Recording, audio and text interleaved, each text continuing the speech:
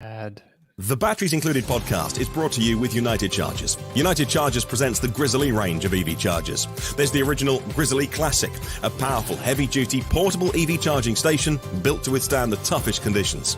The Grizzly Duo, a dual-port unit designed to charge two vehicles at the same time. The Grizzly Mini, a small portable charging station built with an indoor-outdoor rated cast aluminium enclosure. And the Grizzly Smart, a revolutionary smart EV charger. All Grizzly chargers come with a convenient 24-foot cable and the ability to adjust the current from 16 amps all the way up to 40 amps. That's 9.6 kilowatts. Plus, they're IP67 rated. Built in Canada with the highest quality materials. Order yours now at unitedchargers.com. That's unitedchargers.com. Hello. Welcome to the Batteries Included podcast. It's December the 21st, 2023, and this is episode number 16. Merry Christmas. Thank you very much for joining us. On today's show, we'll be talking about Lucid CEO Peter Rawlinson sharing more information about its Lucid Gravity and the health and plans of the company. Volkswagen Group finally adopting Tesla's North American charging standard. A solid-state battery to be used by Chinese automaker NIO. And of course, much, much more. I'm Domenick, host of the YouTube channel Drive Electric with Domenick. Joining us today is the beatific Mr. Tom Moloughney, senior editor at Inside EVs and host of the YouTube channel State of Charge. We also have the massively masterful Mr. Martyn Lee from the EV News Daily podcast, which is available on all the best podcast platforms. And of course, Kyle Connor joins us from the majestic, practically palatial halls of Out-of-Spec Studios, where he produces high-voltage videos for a number of YouTube channels. Hi there, everybody. Good to see you all. Good afternoon. Merry. Morning. Hello, everyone. All right. So, let's see. It's time. I guess we should listen. It's time to kick in for the EV News Daily Weekly Reporting Roundup. Take it away, Martyn. Well, Hyundai is developing the Ioniq 2, a more affordable EV positioned below the 5 and 6, aimed at breaking into the market of around €20,000 price band, despite challenges like the current ineligibility of Hyundais for the federal tax credits in the US. Well, Tesla's North American charging standard NACS is set to become the official charging standard in North America, following the publication of the SAE J3400 technical report, with the Department of Transportation integrating these new standards into government-funded charging stations. And then Volkswagen, along with its subsidiaries Audi, Porsche and Scout, will adopt Tesla's NACS connector for their EVs in North America, like the others starting in 2025. They are the latest automakers to embrace the standard, also exploring an adapter for existing models to access the Supercharger network, enabling over 15,000 supercharging stations to work with those VW Group cars, and more than 3,800 DC fast charging outlets operated by Electrify America and Electrify Canada.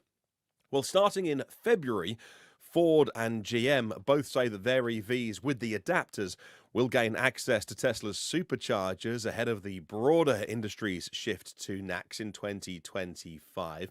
Although the new models with the native NACS connector are not expected until the 2025 model year, those equipped with CCS connectors can use these superchargers through the adapter, marking a big step in EV charging infrastructure and compatibility in the United States and across North America.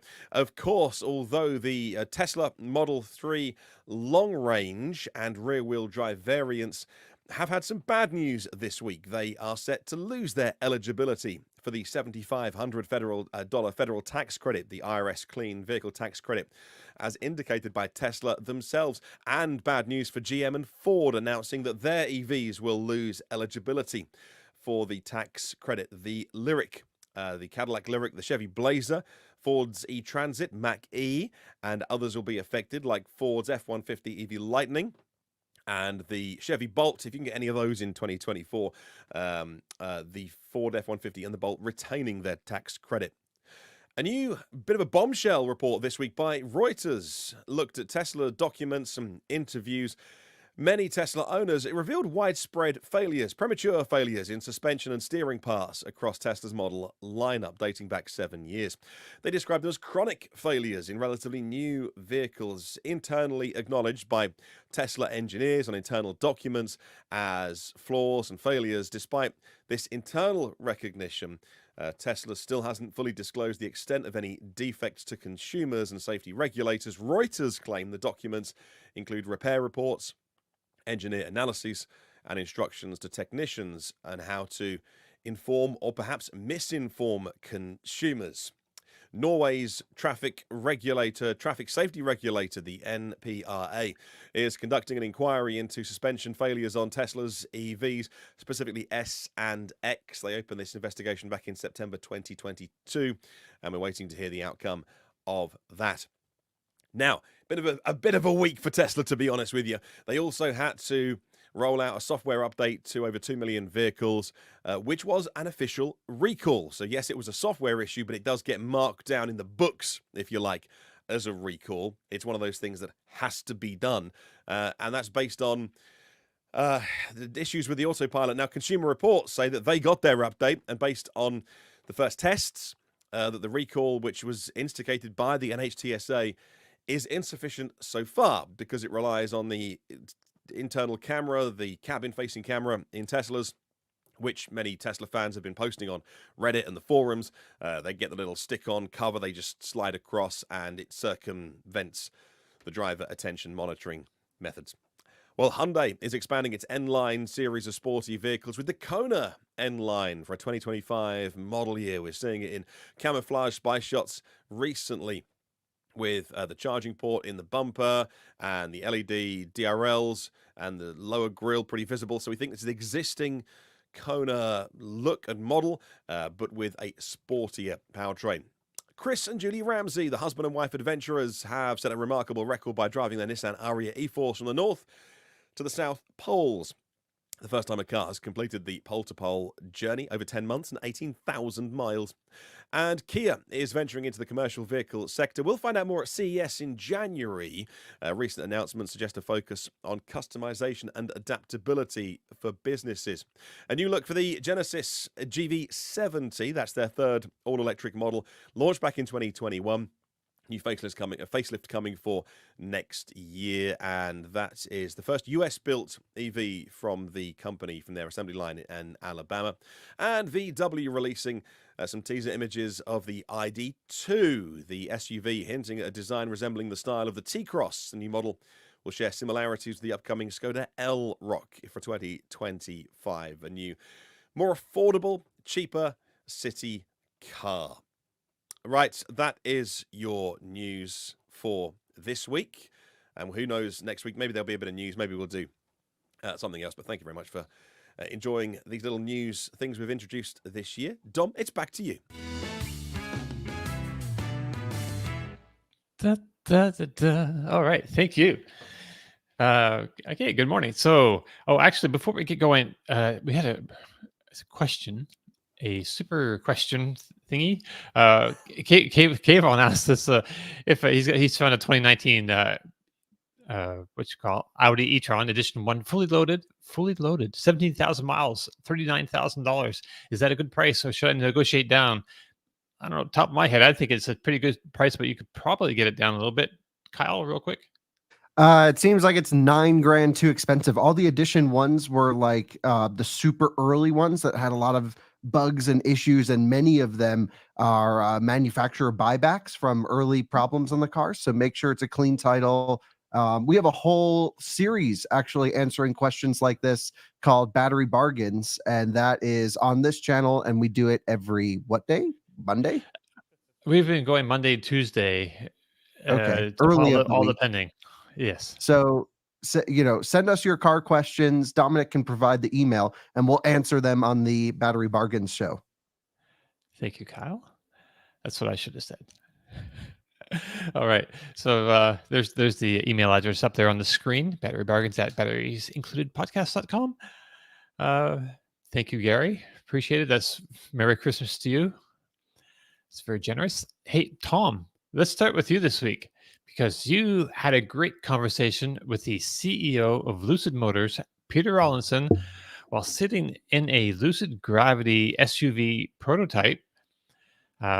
Maybe just start by telling us how you managed to land this interview. It's like an amazing get. Yeah, it was pretty good, and it was kind of spur of the moment. I wasn't ready to do. I mean, you're always ready to sit down and talk with somebody, but I wasn't expecting it. So Lucid had a very small private event planned in New York City at the Classic Car Club. It was actually a dinner for VIPs and I think Lucid customers. And what they did was, since they were going to have the Gravity there on display, they invited a few local journalists during the day to stop by. And they're like, well, we're going to be kind of setting up for the evening. And if you want to come, you could check out the Gravity. You know, there's going to be a couple people here. Maybe you could do a short interview, product planners and so forth. And I live close to New York City. It's an easy ride for me to get in there. So I said, sure, I'll take you up on that, because I haven't seen the Gravity in person yet. So I went over and I was shooting some video and taking some pictures, getting B-roll for like future videos. I was going to do a quick video on the whole first look Gravity. And then Peter showed up, and he was there for that evening, evidently. You know, it's a VIP thing, so he's got to be there. And they weren't even, I don't think even the staff wasn't expecting him to come as early as he did. So he came in, of course, everybody's talking to him. And I kind of stayed back, and I was shooting video of the car, because it was almost good when he showed up, because everybody went to talk to him. So now I had the car alone. There was nobody around it. So I'm shooting video and everything. And then one of their PR guys comes over and is like, you know, Peter wants to know if you want to sit down in the car and do an interview. And I was like, you know, of course, it's all right. Yeah, we'll get him that's what you wired up, say. and we'll get him wired up and hop in the car. And it was pretty cool, because there were other journalists there. Nobody else was offered that opportunity to sit down and talk with him, which I thought was pretty cool. So we hopped in the car and just started talking Gravity. You know, I didn't have any. I said it caught me off guard. Really, I usually like to think about what do I want to ask, and you Right. could always come up with things. But I'm like a planner guy. Like Kyle would probably have had 10 better questions during the interview than I would, because that's just how his brain thinks. He's really good at spur of the moment on-site stuff. I plan everything I do. I'm methodical and everything. So but I let him talk, because that's, people want to hear him talk, not me. So I just kind of prodded him a few times and just let him talk. So we talked about the fact that the motors for the Gravity are basically the same as the Air, but they have made some changes to make them more efficient. So it's not the same motors as the Gravity. Overall, they didn't redesign, make a new motor, but it is different than what's in the Air right now. The battery cells, the battery chemistry is slightly different. So it's not what goes in the Air today. So he said the energy density is a little bit better. So they made slight improvements there. Hey, Tom, can I interrupt you just for a second? Yeah, sure. So do you think this means the amount of energy in the cells format, I guess, is the same, but it's just like maybe a few Yes. more amp hours or something? Yeah, slightly. The cell format's the same. Okay. They're not different cells. He just said the chemistry is slightly improved. Okay. And he said, and that's what he basically talked a lot about, how they're constantly trying to improve and make things better. Which, all CEOs are going to say that anyway, but it does seem like they're focused on trying to be as efficient as possible. So so we talked about a lot of things. You see me sitting there now, we're talking about the steering wheel. Because right. I asked him about, did you consider a yoke, and he said, actually we did. And he said, I've driven the yoke quite a few times. He said, I really, I like it for long highway drives. It's fine. He said, but I just couldn't get used to it in city environments and making turns. And I think that's exactly what he's talking about now with his arms doing this. Yeah, and when you're spinning the steering wheel. So he was like, we just decided that wasn't the right solution, but we didn't just want to go with a round wheel. So they decided they were going to use that squircle wheel, which is a square circle. And he talked about the fact that they made 25 iterations of it. And now when he's grabbing it there, he's telling me that the easiest way to make these iterations was to, make it out of aluminum. So, he was driving, well, he drove all of them. and testing them. And he was like, the steering wheel in the winter was like so cold, he's like, but we had to get the right grip. So I mean, that shows you the level of involvement that he has with the car. The CEO is, personally testing each steering wheel to see which one he approved. So yeah, we talked about the interior layout. Now he's talking about the screen there and how they decided not to go with the vertical screen, do a horizontal screen, and the fact that they didn't make it retract because that while that's a fantastic feature in the Air, he's like, you don't understand how difficult it is to make something like that and make it work all the time. If a customer's knee hits it and just throws it off whack, or you hit really hard bumps or whatever, so he was kind of like, yeah, it was a good experiment, but I don't think we're going to see that in future Airs or the retractable screen. Just the way he was talking about it, it was kind of like, Elon, when he talked about the doors, the Falcon doors, like, yeah, we got them to work, but we kind of wish we didn't do that, and I got that feeling that's how he felt about that, the screen that retract in and out. Yeah, so I mean, overall, the biggest thing that I found from the show, from the interview, was he's definitely bothered by the press that constantly posts how much money Lucid's losing per vehicle. Right. And I understand that, and you have to report that the company's losing money. But I also understand, we went through this with Tesla. For how many years did everything focus on Tesla's losing $150,000 per car? If Tesla didn't have these subsidies, they'd be bankrupt. If they weren't selling carbon credits, there'd be no Tesla. And there's truth to all that. But you have to understand, car companies in particular, they're so capital intensive. You're never going to make money in the first decade, probably. It takes a while. You have to crawl, then stand up, then walk before you're running. And they're still just a couple of years into selling their first vehicle. So of course it's going to lose money. Now I'm not as sophisticated enough in finances to say, well, they're losing too much money. They should be losing money, but they're losing too much. And that means they're not going to make it. I'm not diving into their books to try to figure out if they have enough runway, if the investment fund that's funding them has enough or is going to fund them enough for Lucid to make it. The jury's still out whether they're going to be a car company 20 years from now. But I could tell that it's wearing on him, that he's getting constantly badgered by the press with where they're losing $400,000, they're losing $440,000. So he made it a point to talk about the investment. We're not losing money. Every penny we make is going into new factories. We expanded the factory here. We're building new factories. We're tooling up for a second vehicle, which is extraordinarily expensive, to do. We're working on our platform that's going to come out mid-decade, and that's the platform that's going to drastically reduce the price of the vehicles. We're going to be able to sell more affordable vehicles. He said more than once, I think, that we're not a niche car maker that panders to the rich, which you read that in the news also. So I could tell it's grating on him, what people are writing.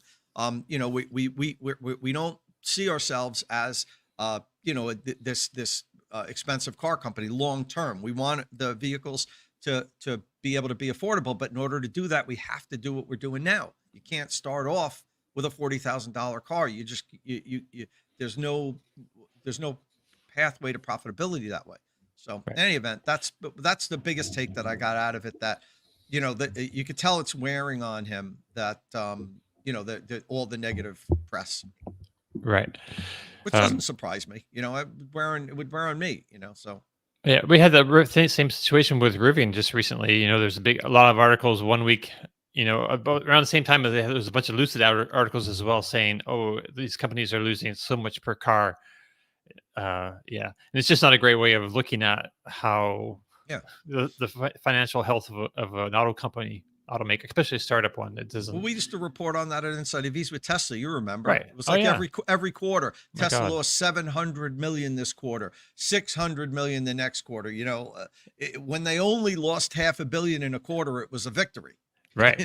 So understand. But we still that's not to say that you look at Lucid right now and say, oh, they're in a good position. They're not. But I also understand that this is how you start a car company. There's no other way to do it, really.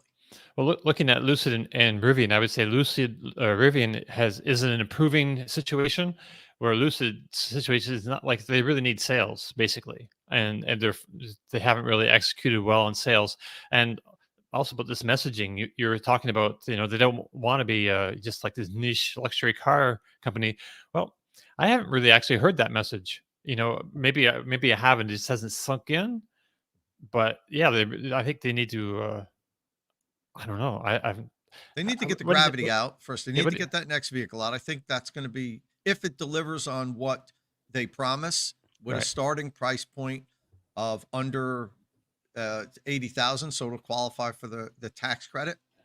I Hey, think that'll be a good step in the right direction. I think that's the form factor that a lot of people want. It's kind of like a minivan more than an SUV.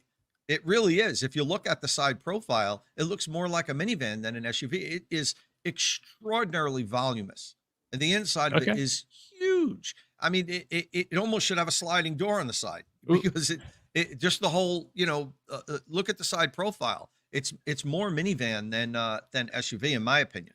okay. I see that. We're looking at the rear door, passenger door, looking toward the back, and yeah, it looks.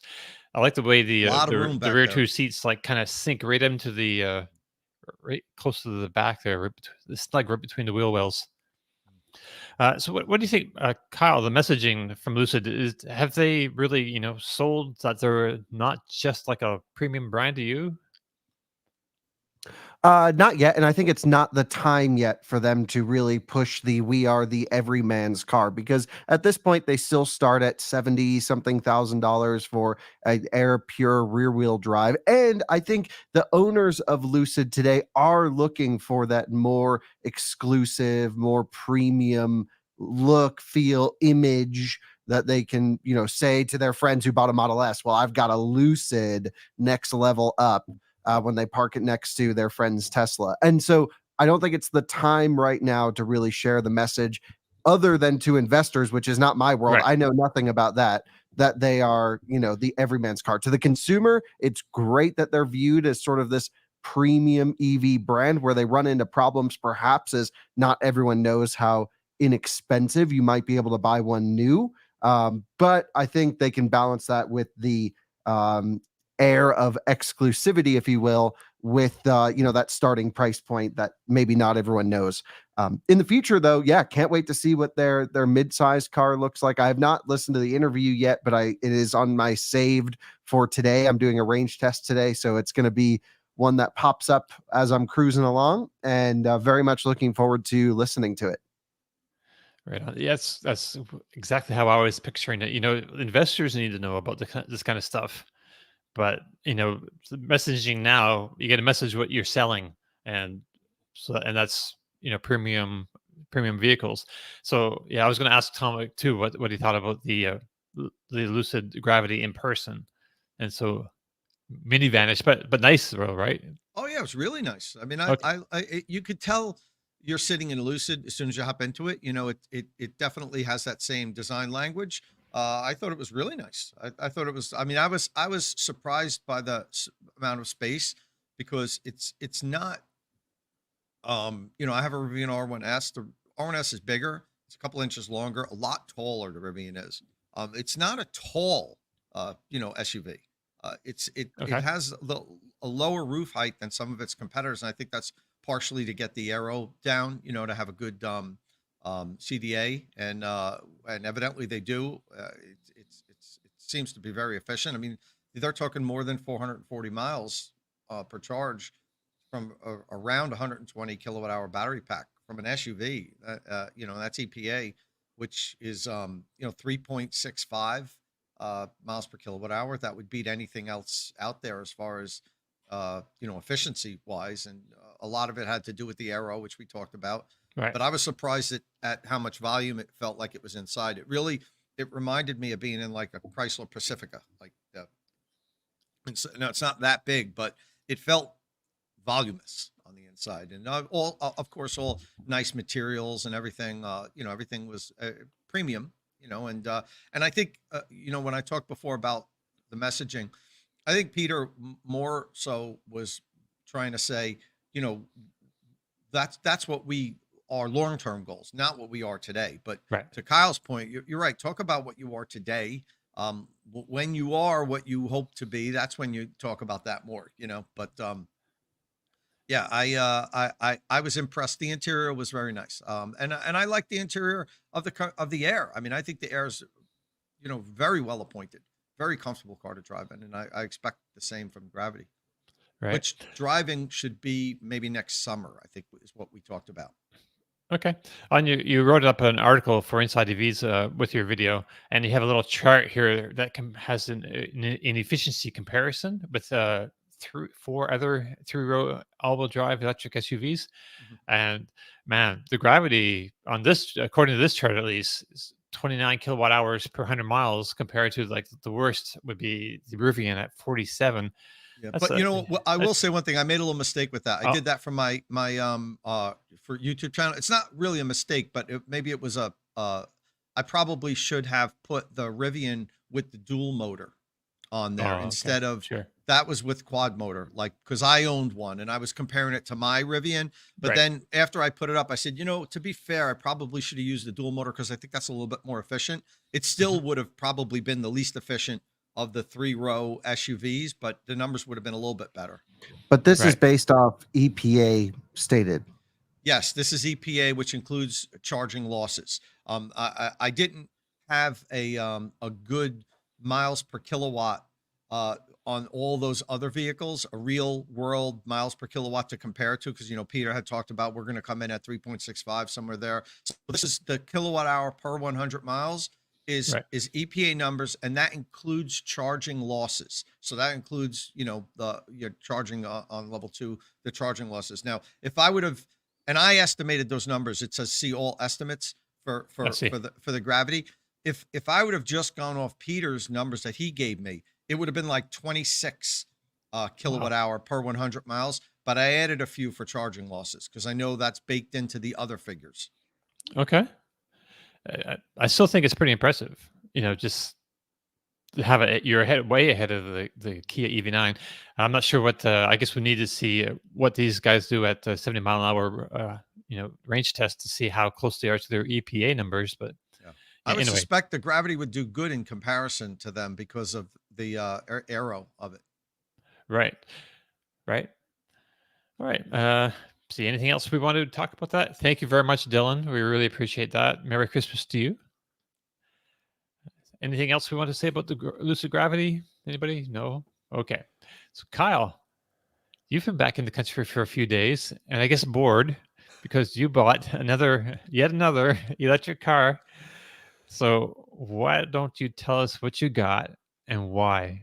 It's been fun seeing this one. Well, yeah, it wasn't out of boredom actually. So here at home, I recently bought this Mercedes B-Class electric. It was the cheapest electric car for sale in the country. I paid $2,999 for a really nice electric Mercedes. It's a cool car.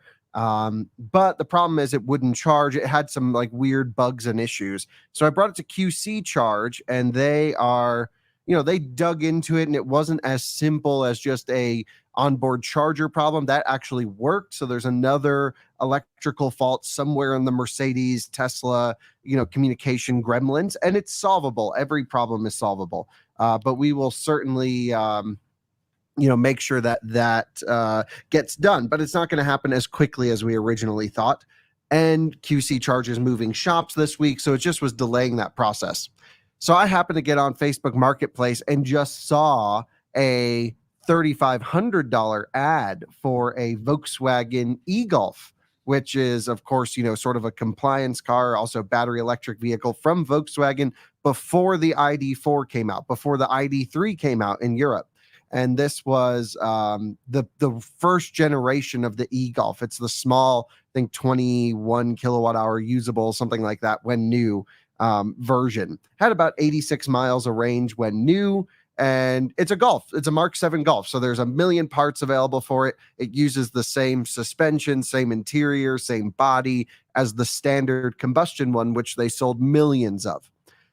So we happened to be in the area when I found this car on Facebook Marketplace, and I thought, well, let's just go swing by and check it out let's just, it might be an interesting video, especially, if the B class was here, I wouldn't really need a little car like this.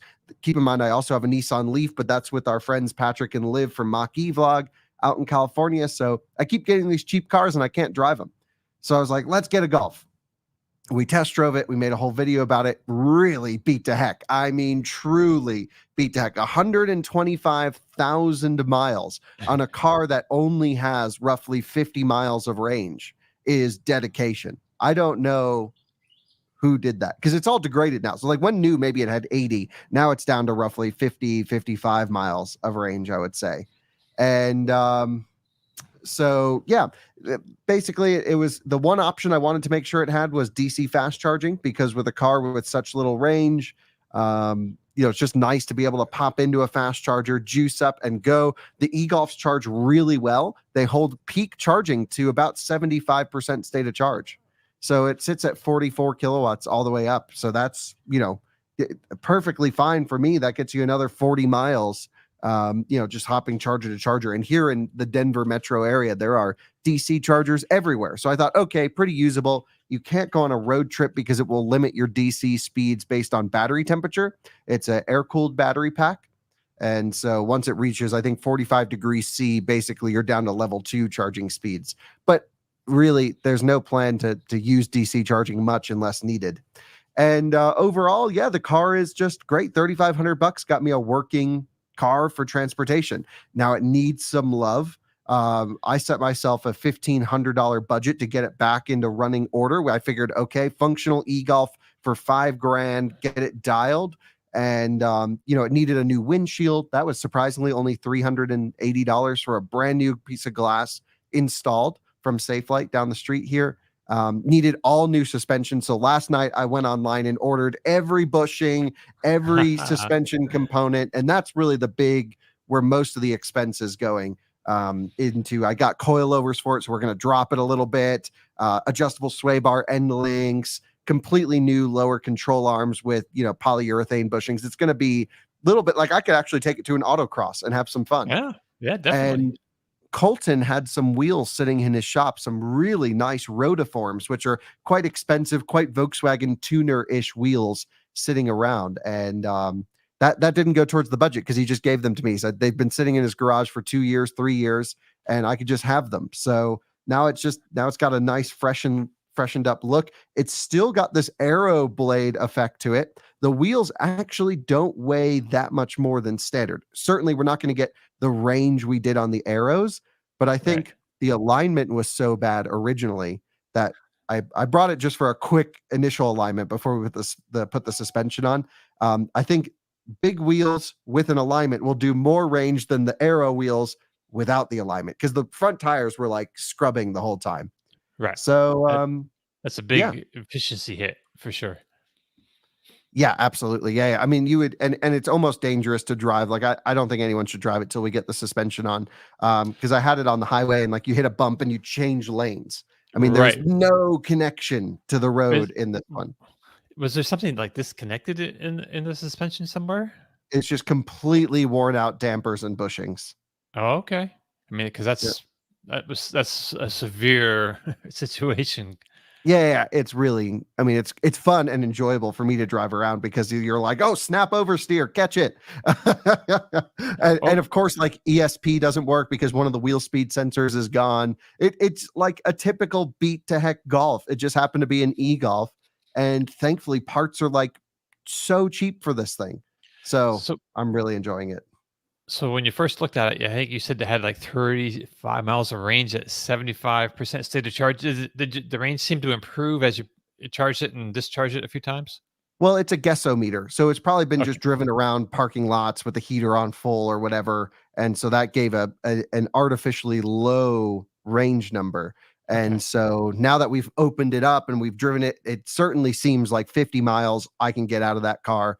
Even just driving gently down the highway, 60, 65 miles an hour, I'll get 50 miles out of it. I still think our smart car has slightly more range, but this has DC charging. And, I just love a Golf. I'm a Volkswagen Golf fan. I always have been. And it's one of those cars that's, built really well, that's small and plenty of parts availability. It looks great. And now the steering wheel is straight. I mean, it's not connected, but I brought it in just for like basically a toe adjustment at our local alignment shop. So at least we're not scrubbing tires going down the road now. So Wesley Sanders Sousa asks, did you figure out the regen problem? No, I think that regen problem, I think most of all of the problems come from 1 or 2 wheel speed sensors not working. Because it shows up as electrical system fault, it shows up as ESP fault, shows up as steering fault. And I think it's all because it doesn't know how fast the wheels are turning on all 4 corners. And since the tire pressure runs off of rotation instead of TPMS and other things, I think it's literally a simple, just get a wheel speed sensor on it and it should be good. It's a pretty common problem on all Volkswagen vehicles with high mileage from this era. And it's a simple fix. I do have it booked into Volkswagen for a full check over and service and everything. But they're a month out on booking. So I'm going to do as much as I can before I can get it into Volkswagen. Right. It's cool. You got so go ahead, Tom. Please. Go ahead. I have a couple questions. Yeah. Number one, whatever happened to the Coda? Why aren't you driving that around? So we just got the Coda, maybe the title for it. It's in the mail. Whether it's arrived, I don't know. Oh, really? Yep. So that's been the longest process. As DGDG Del Grande Dealer Group gifted us this abandoned Coda that they had on the lot, and we just got word that they've been in this battle with California DMV to release the title to out of spec, of course, because the problem was it was never originally sold, so there was never a title for the vehicle. DGDG no longer owns the Coda of Silicon Valley retail store, which means they cannot retail sell a car they don't have the dealer franchise for. So that was the problem. They went to the California DMV, they explained the situation, and after about 6 months or 5 months, I have to go back and look all the time. We'll do an update video on it. Just last week, California sent them the fresh brand new title to DGDG. They're signing it over to out of spec, and that's in the mail. And because of this news happening kind of now-ish, the car's actually in Colton's shop today, getting completely restored. So it is having, I mean, the paint is coming back. You cannot believe it. It's this deep, rich, metallic black, looking amazing. The interior's been completely sanitized and deep cleaned. And we're doing a top balance charge on it today up to 100%. It's LFP, so it needs to be top charged a lot to know where it is in the cycle. And now it's all resolved. So I'll be driving the Coda around here within maybe as soon as next week. Cool. All right. So what? Now I need to follow up with. So I love that you buy these cheap cars, these inexpensive cars. It makes fun videos and everything. But I also have to take you to task. You're buying up all the cheap, affordable used EVs. What does the guy that has a $4,000 budget wants an EV do when Kyle comes in, swoops in, and buys up every cheap EV in the country? Oh, I mean, say to free that? market. Be first. but also on the other hand, like these are cars that I would not recommend to shoppers on a budget. Our Leaf needed serious mechanical work that could have cost thousands of dollars. Our B class could cost. These are not cars that like, oh, I'm on a budget, let me buy an EV. These are like the e-Golf needs an entirely new car. It's a project car. It's cars that nobody wants, and yeah, the e-Golf sat on the lot for 3 months or 4 months. I think it ran through auction in July, and then it eventually made it at this. Like it's been sitting for long enough, and ultimately, it's not like we're trying to say, oh, these are cheap EVs, let me just get them. I want kind of one of every electric car is my eventual goal, and we're going to work on having a little place in the coming years where everyone can come and maybe see them and drive them and stuff like that. So would not recommend anyone on a budget to buy these cars. They're great. They make a good YouTube series. They show what's the worst case scenario when you're buying these cheap electric cars. Maybe spend an extra couple grand to get a sorted one. Is kind of the recommendation. It was 8 months ago that we saw this first post. So you thought in your head it was 5 or 6. It was way more. Like time flies. Just we're so busy. And almost a year ago we first saw this story crop up, and it's been a great story to follow. Yeah, the Coda, can't wait. I mean, it's really looking great now. I mean, the shots Colton sent me of the paint, it's going to look way better than brand new. Right on. All right. Hey, so really quickly, I don't want to spend much time on this, but last week you were in Germany. I made a video showing us the largest charging station you'd ever seen, maybe the biggest ever, with 259 charging spots. 259. So interested people should probably go check out that video. But basically, I just want to know how well it all seemed to work, because there's a train station right there, so travelers can park and maybe slow charge as well. But I assume there's also a host of DC fast chargers. I didn't actually watch the whole video, so. Yeah, so this is called Mechlingen, the town of Mechlingen.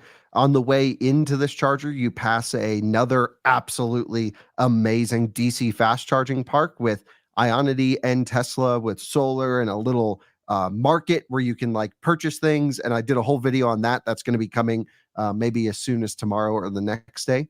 And this is technically, as far as I understand it, the world's largest charging station. There is a charging station in China with 258 DC fast chargers. Massive. Right. Then the German folks here did 259 slow chargers, one more. I really want to go, it's not on the same level as what they're doing at that Chinese Shell station, I think in Shenzhen perhaps, but it certainly has the most number of ports in one parking lot. There were a couple comments that there's some places in the Nordics where like parking garages have little AC 3 kilowatt, just their little Schuko plugs everywhere. And is that considered a charging station or not? I don't know. But at least in terms of branded for EV charging with a payment terminal that meets all the modern standards, this is, as much research as I can find, the largest charging park in the world. And it was cool to be there. Right. Yeah, I liked it. So was it all low level 2 AC charging? It was all level 2 AC charging because it's okay. meant, so it's at a commuter lot. So it's at a train Right. station. It's a park and ride / train station. So the idea is you leave your car there, and then, the European mindset is let's reduce our consumption. Let's all fit into a little small car or a train and drive somewhere. In the US, we're taking our Hummer EV to New York City. So, right. But you're also sitting in traffic though, if you do that. So trains never have to sit in traffic. That's like the advantage, right? You're a very logical person. I am one of those people, admittedly, who will drive a Hummer EV, into a city because I don't want to deal with public transport. That's not cool of me, and I don't recommend people to be like me. But I have that whatever American culture built into me that I don't like the idea of this. But the idea of it is you drive your car to a station where you then charge it, and then you somehow find other forms of transportation to get you to where you need to go, whether it's a bus or a ride share with friends or a train. And that's what this is for. And so no need for DC charging, because the idea is you just leave your car there for a while. No idle fees, nothing like that. And pretty much every parking spot under those canopies is a charging spot. And it's a great place to have a big solar installation too, because why not? Yeah, absolutely. So the solar creates about 1 megawatt hour of energy per year, which is not enough, of course, nearly to power the chargers, but they are working on even expanding this in the future to do on-site battery storage with another 100 or 200 charging stations on the outside of it as well. Right now, the utilization is pretty low. As you can imagine, if you put 259 chargers out of the middle of nowhere, it's not going to fill up on day one.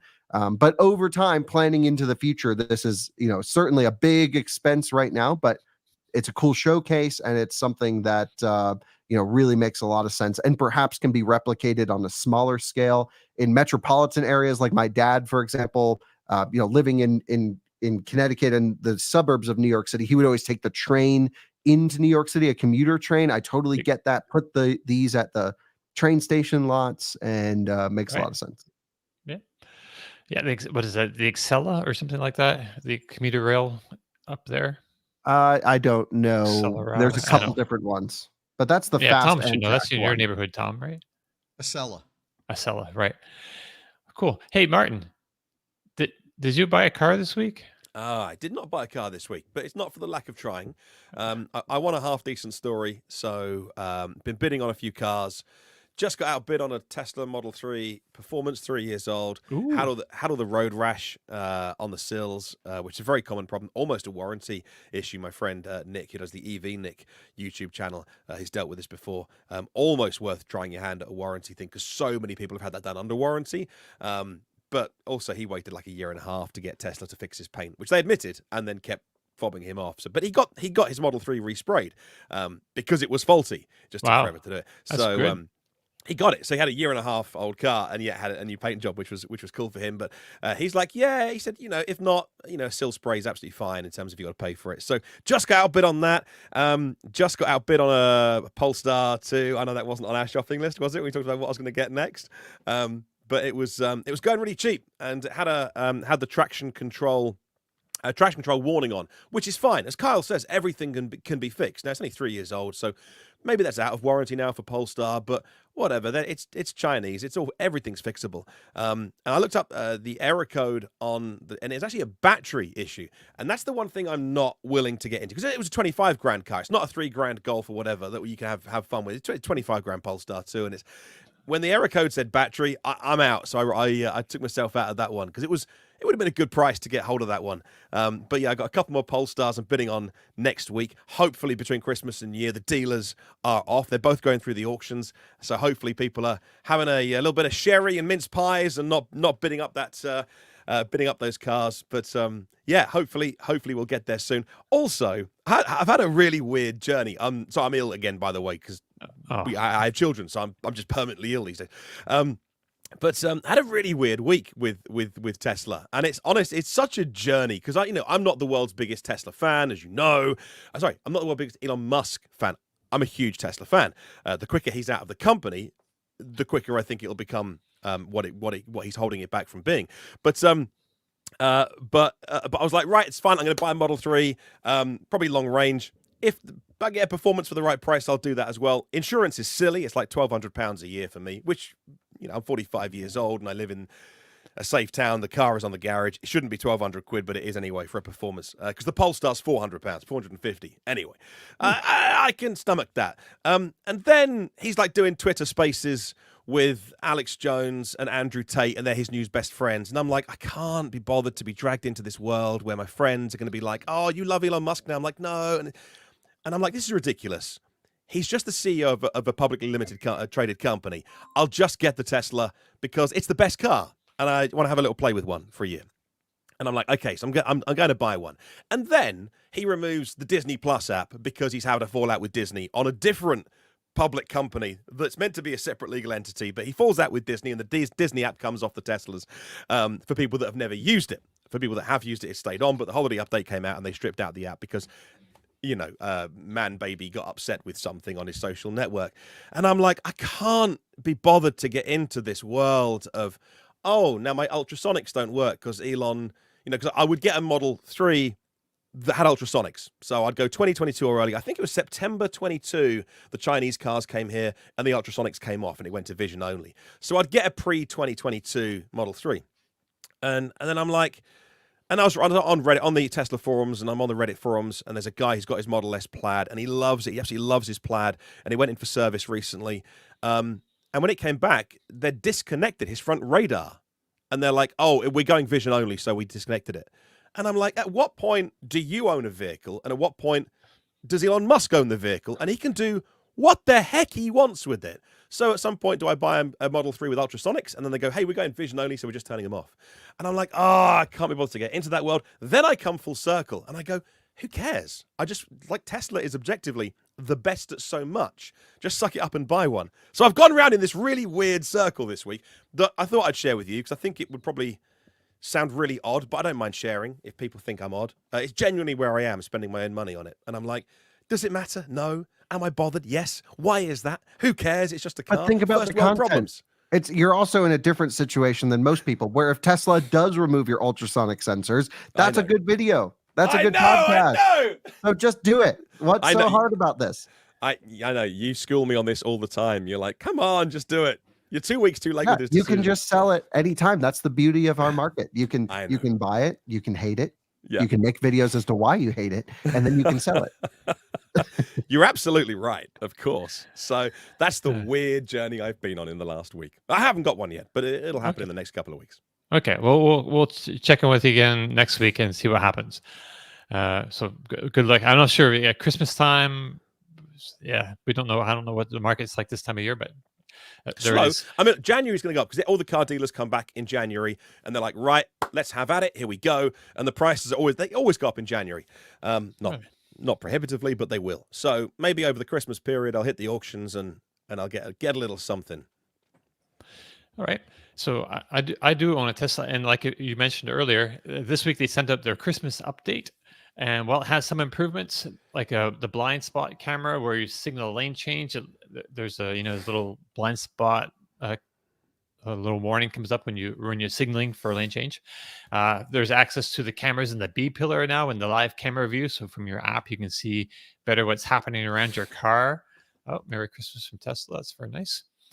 I like that Santa hat on the logo.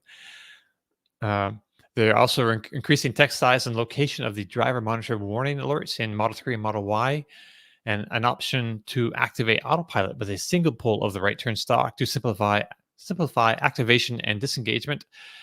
Increased attentive requirements, so there's a bunch of updates, improvements in this update.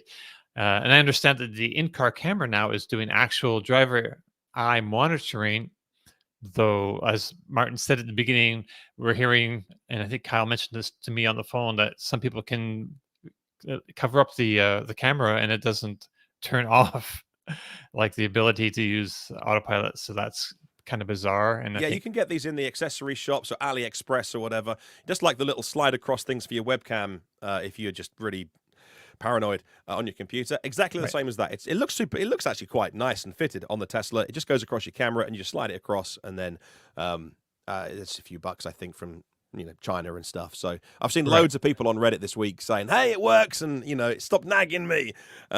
Also people saying that their internal cameras are getting red hot when they use autopilot. So obviously when you engage it, it's then doing constant monitoring, and they're like, whoa, is this dangerously hot? But I think it's working harder. Right. So I may make a video for this for my channel later. So far, I've only had a chance to make a video about the changes to the FSD Beta portion of the software, which there was a few changes. So I made a video on my testing loop, and for a system that Elon Musk was convinced would be truly full self-driving by the end of the year, it had some incredible fails. Right. So besides not I won't talk too much about this, but because we got to get moving on, but besides not slowing down enough while approaching a traffic circle and then stopping in the traffic circle, it also failed to stop for flashing pedestrian warnings with a guy halfway across the street in the other lane coming, across the street. Didn't see any of that. So I had to, intervene. And then at a 3-way intersection from a 1-way street, it didn't even slow down for the yield and drove right by the road closed sign that was there, and would have driven myself into the curb if I hadn't intervened and stopped it. But I was so busy. So this is a weird little intersection. It's like a T. You're coming from one way. So on the right, I got to look up this hill. On the left, there's a blind turn. So I want to make sure that the car. They're not going to interfere with any other traffic. So I'm, checking these things out, both sides real quick. And I didn't even see the road was closed sign, right in front of me. And the car just barreled through it. So, big fails. So it did do some things better, like cutting into traffic and lane choices here and there were okay. But, these things don't really matter so much if you're getting big fails that would kill somebody if there wasn't someone with their hands on the brake or hands on the wheel or their foot hovering over the brake. So anyway, that's kind of my little update on that. I don't know if anyone has any questions or not, but if not, we can move on. Well, I think it's worth talking about this autopilot recall. It's been such big news, first of all, that every Tesla is being recalled. Also, back to 2012, before autopilot was ever a thing. I don't really understand that. Autopilot came out in, do you know why, Domenick? No, I was wondering about that myself, actually, because this is just to do with autopilot. With auto steer is really the kind of one of the main thing. Yeah, right? The early cars didn't even have adaptive cruise. They were just basic cruise. Right. And it wasn't until I think September 2014 that Autopilot 1 came out, and October 2016 where Autopilot 2 came out. To be totally honest, I have not researched this topic, so I am just guessing as to why the early cars are not included. Perhaps there is a reason. My colleague Max did all the research on that. What I will say from just a user experience after getting the new update on my Model 3 is it's so annoying to use Autopilot now. So one of the things is FSD Beta, I have a lot of experience with, and we have it on the Model X that I have here now, and it's just a pain for me to use. It's always hitting the turn signals at the wrong time, but it's so aggressive at making sure you watch the road ahead, which is great and nice. And so now I think they've taken that same logic and put it in basic Autopilot, where it's constantly like, did you look over here at the screen? Did you look at the road? Beep, beep, pay attention. And really there's no way to like nudge the car to like say, hey, I got my hands on the wheel. Like that has become so gentle now where it kind of pops out of Autopilot a little bit. And it's constantly warning and beeping you to do all these things. And yes, safety is so important when using these systems. Couple thoughts pop into my head. The more it beeps at me, the less I care about what it's beeping at me for. And I almost don't even want to use it anymore. I mean, just driving it, perhaps it's better on a highway cruise, but I was using it on like a fast B road. It was still a 4-lane road, but it's, typical 65-mile-an-hour speed limit, but it wasn't a closed access highway. And it's gotten a lot more sensitive as you get towards intersections, which 100% play attention, when you're going through an intersection. I'm already paying attention, and the thing's beeping at me to like take over and do all this stuff. And I'm like, I'm looking, and Right. it's doing. So I got so annoyed with it, I just covered up the camera just as an experiment, and it let me keep using the system. That's crazy. So, they have the technology to know when the camera's blocked, because FSD Beta, you get a strike when you have the camera blocked, but it did not give me any strikes or any issues in basic Autopilot. And I found that really helped reduce some of the false warnings. So I'm like all fine for monitoring if they do it properly. But in my experience, it was dinging at me for nothing. And I just covered up the camera, and it just asked me to put my hands on the wheel, just kept pressure on the wheel, and we were good to go. And again, I'm not recommending that anyone does this. I'm experimenting with the system to see where the limits are. But wow, it's like so frustrating to use it now. It's so annoying. So question on Super Cruise or the Ford Blue Cruise system, which they advertise as hands-free. Do other nags like that too, or is it just like they have the eye monitoring? So as long as your eyes are good, it doesn't bug you?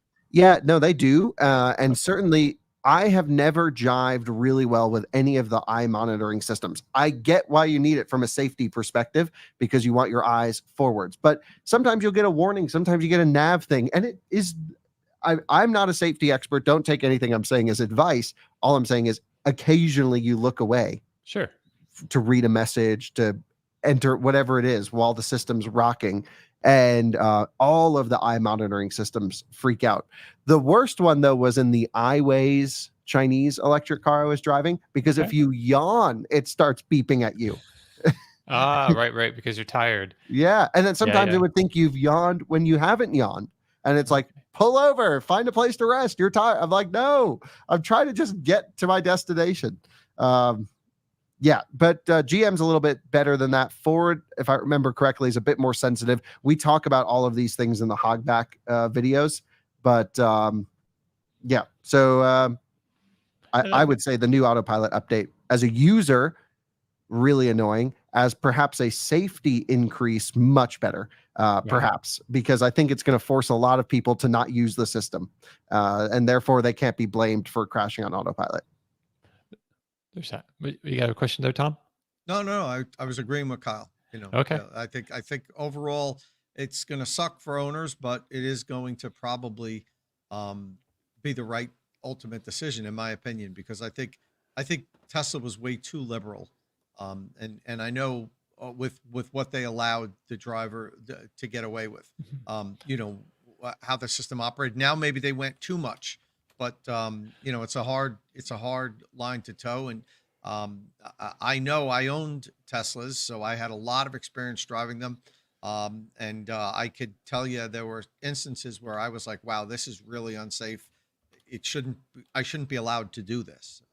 But then you go back to the argument of, well, people should be responsible for their own actions, and they should be, intelligent enough to know you have to look forward. The problem with that is, if they're not, it's not just putting their lives in danger. It's the other people that they're hitting and killing because they're not being responsible. So I get it. And Yep. this whole walk to self-driving vehicles over the course of the next 15, we're not doing self-driving cars anytime soon, guys. Over the next 10, 15 years or whatever, maybe 20 years, there's going to be a lot of bumps. There's going to be a lot of arguing on how far are we allowed to push it? How quickly can we go? Tesla's been really leading the charge in pushing the envelope. And to a degree, you need that. But I also understand why you don't need it. So it's kind of like, how many lives have we saved by, testing on animals with, medications and so forth and so on. Like it's the dirty stuff that we don't want to hear about, but somebody has to do it. And it's kind of like, I praise or commend Tesla for really pushing the envelope and making this something that the whole industry is looking at, like how far can we go that we're comfortable with? Because otherwise, I think everybody would have been going a lot slower than they are now if Tesla didn't come out with this and say, we're just not going to pay attention to any rules. We're going to let people get in these cars and hop in the back seat and let the car drive down the road when it really can't do it on its own. I think that was like a wake up call for the industry. I'm not saying that was good. I'm just saying that, that really pushed the other companies to say, hey, how aggressive do we need to be on this? We don't want to be the last one to have a car that can drive itself. So Sure. Yeah, I totally agree, Tom. We're in a gray area right now. And to be honest, there is, a lot of folks out there completely focused 100% just on safety. And I can totally resonate. I can get behind them. And I'm like, let's monitor everything all the time and make sure this is, completely like the human understands, they're involved. I am an advocate for, autopilot, and especially FSD are misleading terms. I totally am an advocate for let's have some better driver training so that folks using these systems can know how to take over, when to take over, make it a bit more predictable. But then I also see the other side of it, certainly as a user, a heavy user, where I am using the car, am paying attention, and then it's yelling at me all the time for not paying attention when I am. That's a bad user experience. And I think the answer is, if you're going to compromise on either user experience or safety, compromise on user experience. I think that's the correct choice. Make sure safety is top priority. But we can all complain about how annoying it's getting with this new update for sure. The thing is, you have to remember as well, is that the way that the US does it and Europe does it is entirely different. So over where you are, the Federal Aviation Authority and the roads, NHTSA, operate different policies. Whereas over here, we operate under the sort of the aviation policy with automotive. So over here, if you have a new technology that you want to introduce, you have to invent it, test it, prove it, then go to the regulators and go, we'd like to put this on the cars. And then when it's safe, it goes on, which is the way that your aviation industry works in the US, which is why you have we all have some of the safest experiences when we're on a plane, because they don't beta test things on planes. Whereas quite uniquely, the way that the US automotive market is, it's worth reminding our viewers, is that you're allowed to do whatever you want. And if there's a problem, you might be stopped doing it. And that's the issue, is over here, some of the tech that's come to the German automakers, if you look at the Mercedes system, I think that the lights turn turquoise now when it's engaged, which tells people outside the car autonomous systems are happening. And with Mercedes as well, they take on the liability of anything that happens when those systems are engaged. And they're not on all the roads all the time. You look what's happening in China as well, with some of the things like the navigation guided pilot and some of the Xpeng stuff. It's very, very impressive, but they're going about it in a different way. Whereas Tesla made this moonshot of, let's create self-driving cars. And if we need to kill 1,000 people to save 10,000 lives, well, logically, it's better to kill 1,000 people to save 10,000 lives or more. And I get all that, but I just wonder whether that way of doing it, the moonshot way of let's create self-driving cars, whatever the consequences, as long as one less person is killed than would have been, is perhaps the way that it's just not going to work with cars. Maybe the way to do it is the way that Europe does it, which is invent some technology, test the technology. When it's safe, put it on the roads rather than using drivers as beta testers. Not as much fun, of course, for all those people who like to be tech forward and experiencing these cool new things. But it's always worth reminding our viewers that there's very different ways of doing it around the world, and the way that the corner that Tesla's backed itself into is going to be really interesting to see how they get out of it, because they're so far advanced in some ways, but in another, I just get the feeling that a pile of pressure is coming down from the regulators and is going to get worse as well. And I don't know how it gets better, for them, because they have nailed all their colors to the mast of, we'll beta test this stuff on real world highways. Like, we haven't got a fleet of 1,000 Tesla employees testing this stuff before it goes to any driver, which they might have to do, which is why we don't get the cool stuff that you get. Right. Hey, John Check asks super question.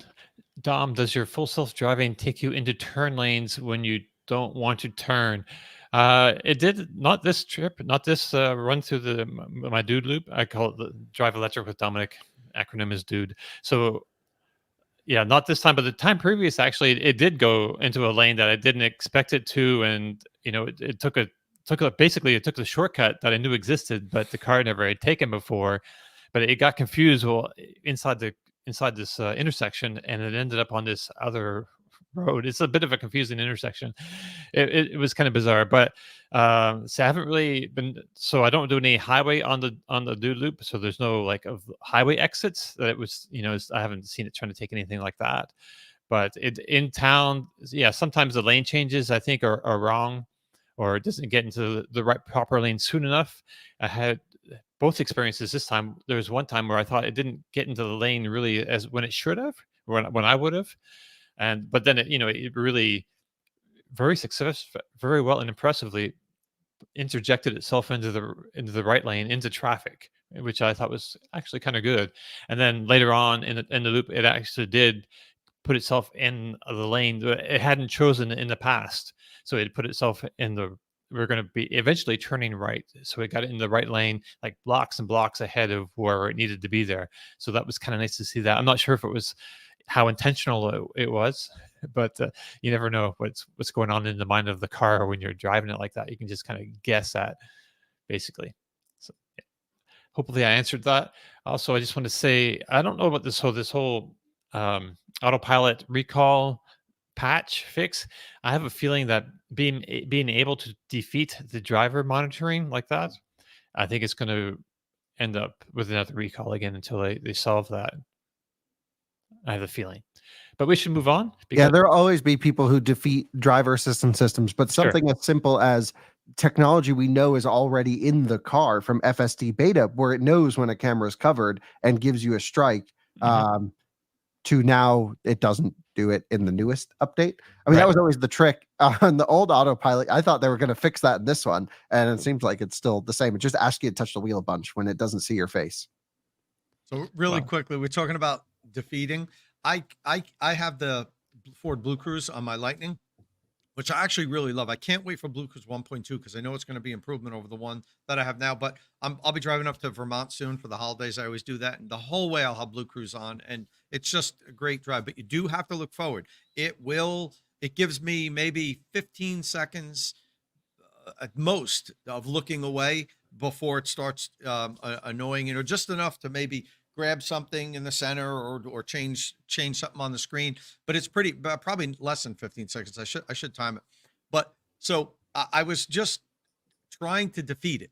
So I tried different things. I put my sunglasses on. It sees through your polarized sunglasses. It sees your eyes. If even I have really dark sunglasses, if I close my eyes, it knows my eyes are closed. So for the hell of it, and I should have talked about this before. I should have taken a picture of it. I cut out pictures of eyes and I put them on my sunglasses. I taped them on the sunglasses. I'm like, I just want to see if I can defeat this. Yeah. But it didn't. It knew it wasn't my eyes. Like it immediately started to, to blink. But it's pretty Well good. played. Like it really.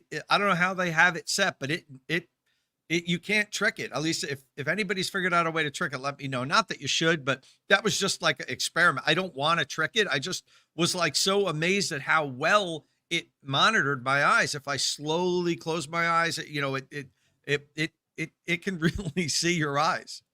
I'll have to try that. So I need to do a similar kind of testing in my Yeah. Tesla on FSD and autopilot, and I'll have to do that similar. Cut out test. some eyes and put them on your glasses. John Check says he has a picture of me and hanging it in the front of his camera, and it works for him. So I don't know. Anyway, at any rate, on Tuesday, Volkswagen Group brands Volkswagen, Audi, Porsche, and as Martyn reminded me at the beginning, Scout finally committed to adopting Tesla's North American charging standard and gained full access to the Tesla Supercharger network.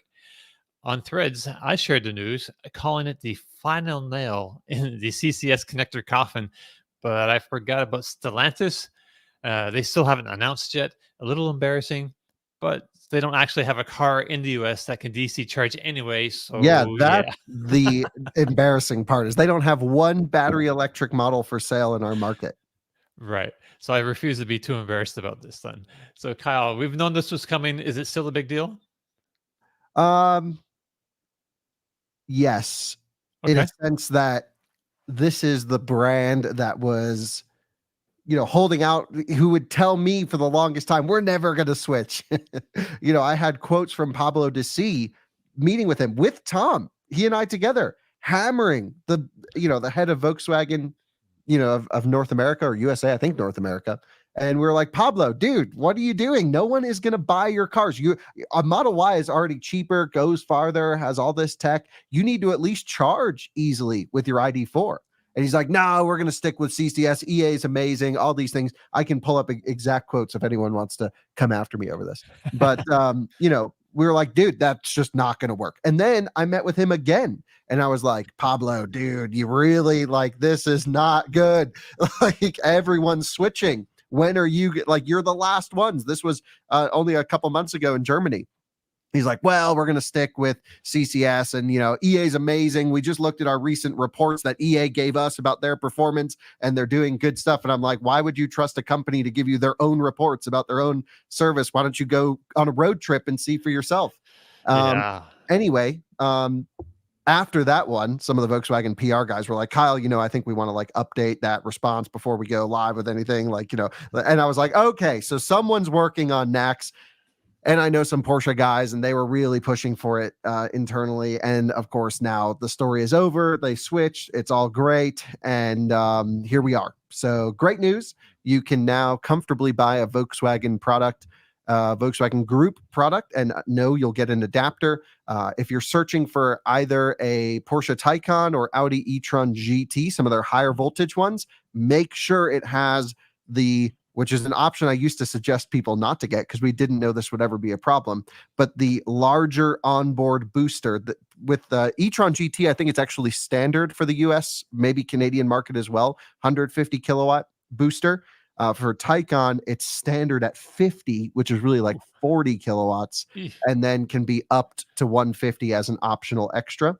But that was never an issue. We never had a single charger that was more than 50 kilowatts that would be limited to 500 volts. So this is a very new problem, but hopefully you found someone dumb enough to order that option if you're buying a used car. That should now become standard, hopefully. I'm not saying it is. I'm just saying if anyone from Porsche product planning, Abe, if you're watching, make that standard, in Taycan for model year 24 in our market. I think a lot of the cars have it, Kyle, because, I used to do when I used to do the dealership training, I worked with a lot of Porsche dealers.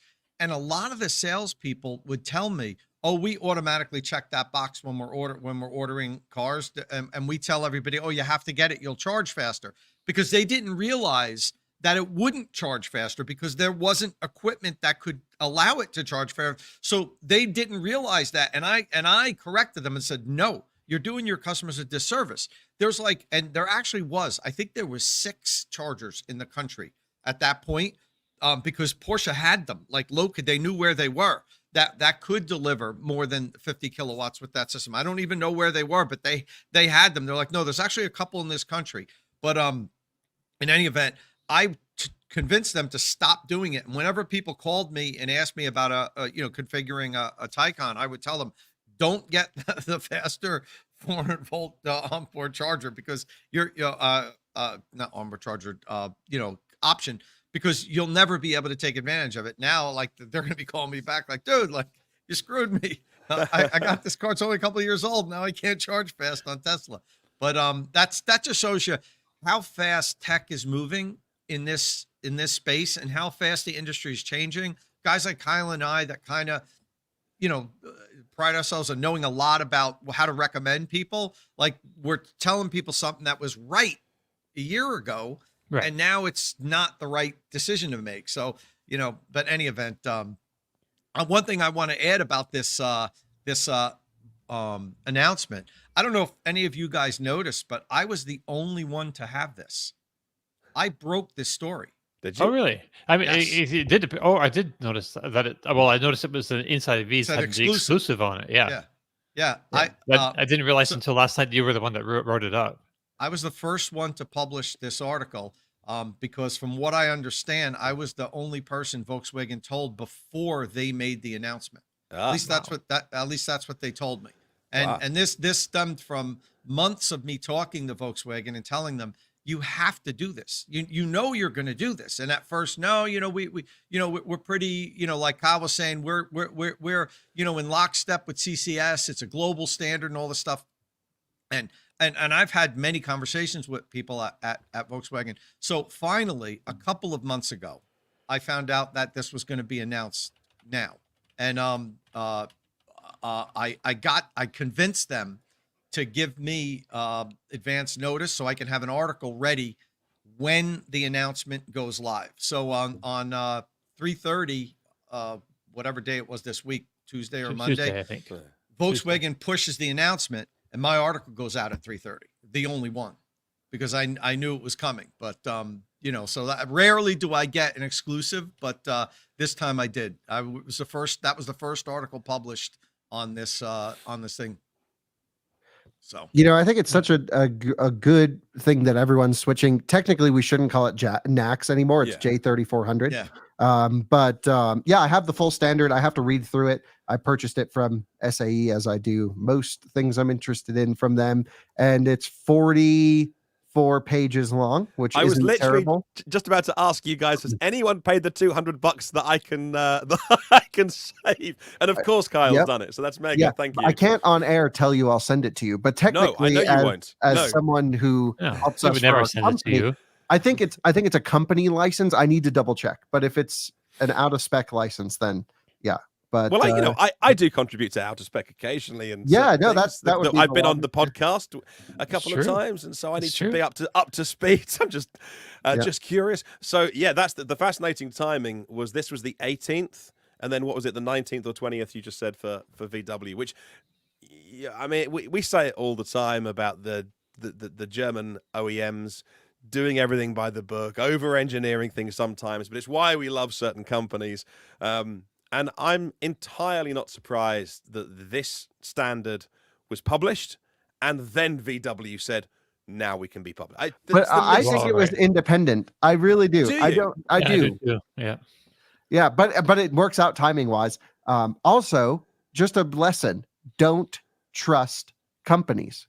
Yeah. Just always ignore anything a company tells you, because for the longest time, Tom has been with me, Volkswagen, the head of Volkswagen of our market, was telling us this will never happen, global standard. It's why you don't trust people.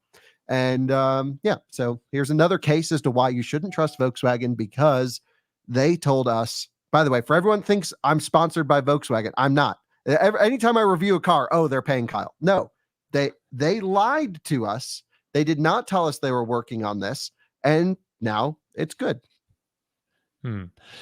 So quick thank you, Rivian updates for that. Appreciate it. That's if you're on social media and you want to know what's going on with Rivian updates is a nice little account to follow. That's my buddy Isaiah here in town.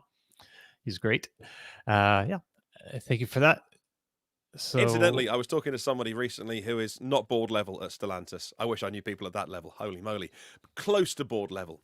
Very senior department leader at Stellantis. And he said, yeah, of course we're going to go next. There's just no reason why we would go with a big announcement. Why would we? I said, actually, you've got a very good point. He said, why would we talk about it now? And yes, it's on the roadmap, and we'll do it. So we'll announce it at some point. There was no denial from Stellantis. Yeah, they need a car first. Exactly, Right. from the guy I spoke to. Well, But again, right. this was very much a conversation where he also I can share it off the air, but he also used to report very senior position. Used to report directly to Elon Musk back in the day before he left, and I got some great stories about that as well, and about what people in the factory are and are not allowed to wear on the days that Elon visits. But I'll tell you off air, guys.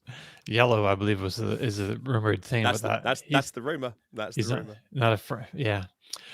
Which is unfortunate, because if you have to wear a yellow safety jacket for your job, to then not wear any yellow safety equipment on the day that the CEO arrives would be unfortunate. But I cannot confirm nor deny that happens at Tesla. They would never, ever compromise safety for one person's neuroses. Never. They would never do it. They would never, never. Back on the topic of J3400. I just want to say you're welcome to everyone, because me buying the e-Golf, that was the true catalyst to Volkswagen Right. going NACS. They saw, wow, out of spec, out of Volkswagen. We got to make sure this. I will be amazed It's got if 50 they. miles of range, so he needs fast charging everywhere. But imagine they say Volkswagen will get adapters, and they just leave off the e-Golf. I wonder what models, like Polestar's going NACS as an example. Will my Polestar 1 get an adapter? Don't know. I've already Right. Magic Dock charged it at a supercharger. It communicates and charges fine. Oh, I so wouldn't be here's a quick surprised question. if you don't, if it doesn't. I mean, it's like what Chevrolet did with Spark EV. They just didn't work with Electrify America or EVgo or ChargePoint or any of the companies Yeah. to fix the compatibility issues. And I talked to the companies, Electrify America, all of them, and they're just like, we're reaching out to them and saying, hey, there's a communication problem here. Help us fix it. You give us some information. They're like, we don't sell it anymore. That was a compliance car. Don't worry about it. Don't waste your money on it. We're not going to waste our time on it. So, like, I wouldn't be surprised if Volkswagen does that with the e-Golf, Kyle. Yeah. So just to sort of segue into our next story and sort of tip onto that.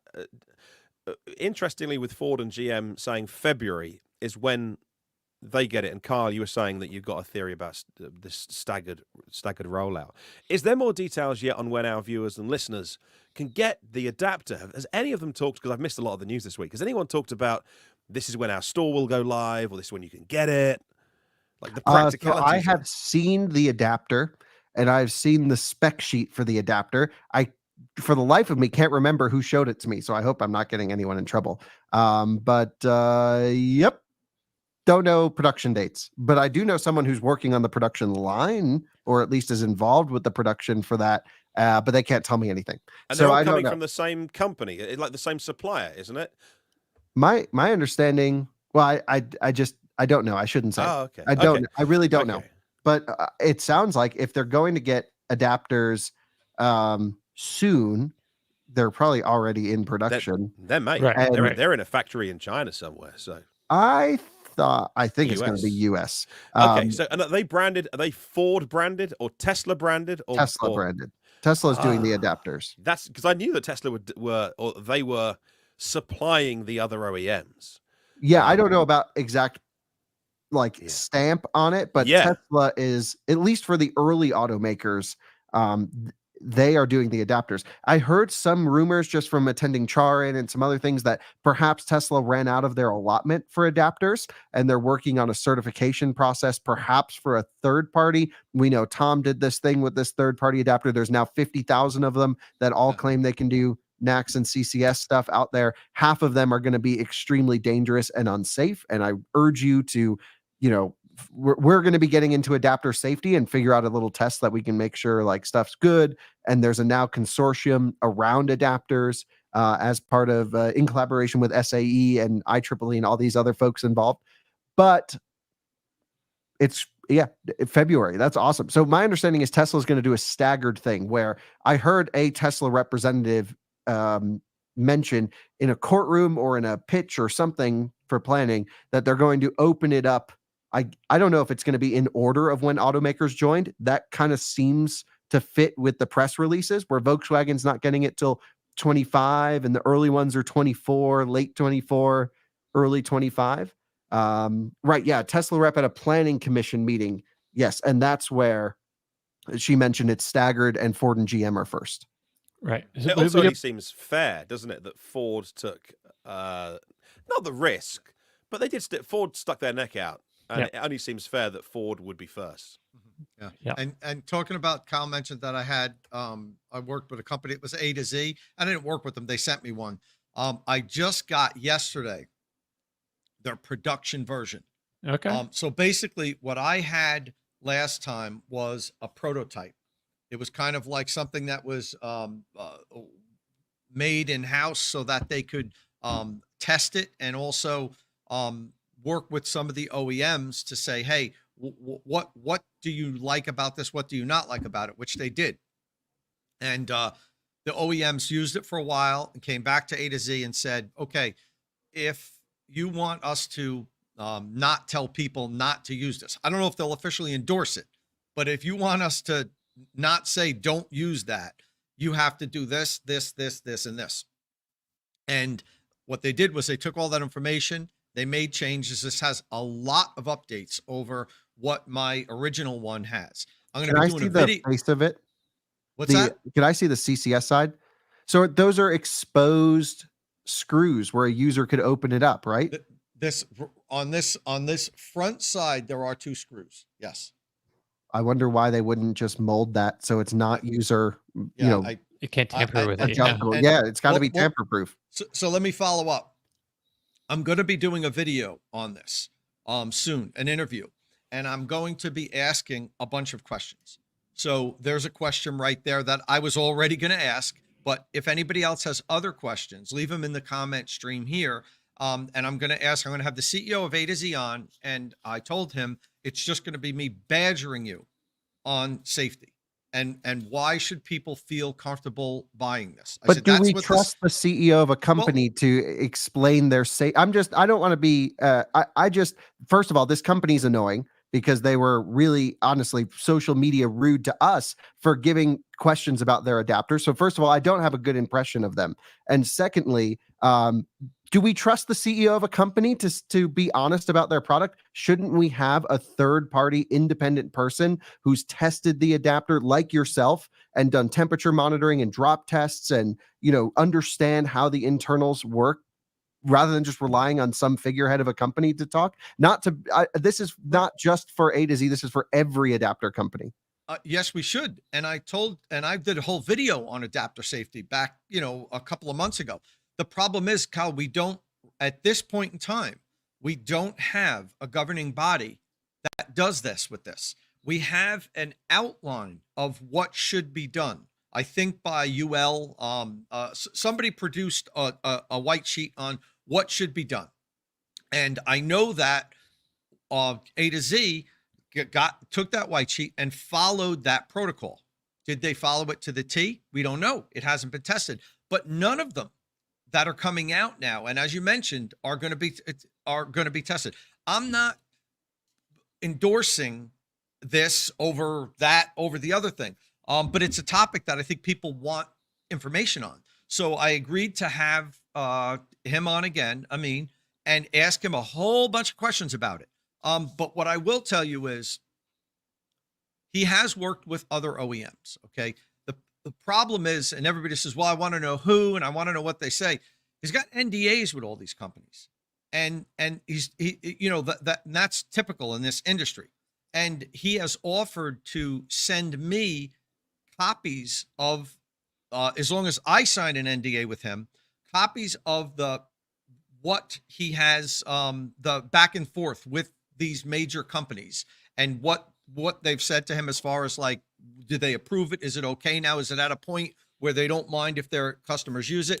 I haven't agreed to do that yet because I don't think I want to have an NDA with him, because then I can't say some things that I want to say. So, but he has offered to do that so he can prove that he's worked with some of these major companies that have said this is fine for us. Our customers can use this. We're comfortable with it after testing it. So, but in any event, we're going to have a video coming up soon where we're going to talk about this and talk about charger safety. So if people want to have questions, throw them in the comment section. I'm going to ask a whole bunch of questions and we'll go with that. But as to Kyle's point, there's going to be tons of these out there. Tesla's going to sell theirs. You can be sure that buying the Tesla one, you're going to be okay.